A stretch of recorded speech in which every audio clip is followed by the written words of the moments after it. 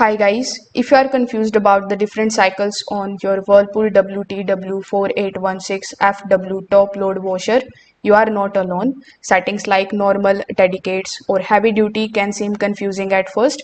So in this video, I'm going to explain what each cycle actually does and when you should use it. So first of all, we have the cycle 1, which is the normal cycle. So the normal cycle is the standard everyday setting for most of the laundry loads. It works best for the t-shirts, jeans, mixed fabrics or the regular household laundry. So this cycle balances the cleaning performance, the water usage and the spin speed. Afterwards, we have the heavy duty cycle that uses the stronger agitators. So it is designed for towels, bedding, work clothes, etc. So this setting is going to help remove the dirt, the stains more efficiently. After that, we have the delicates. So delicates cycle uses the gentler washing action and slower spinning speeds. So this is going to help reduce the fabric damage during washing.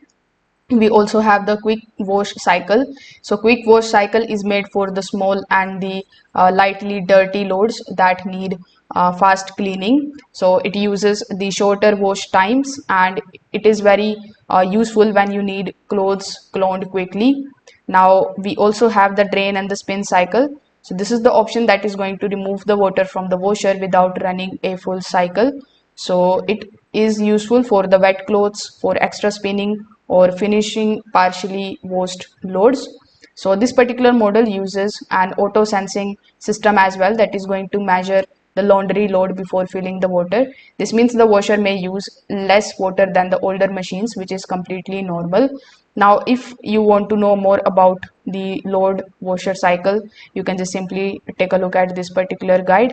I will put the link of it in the description if you want, so you can check that out. Thank you.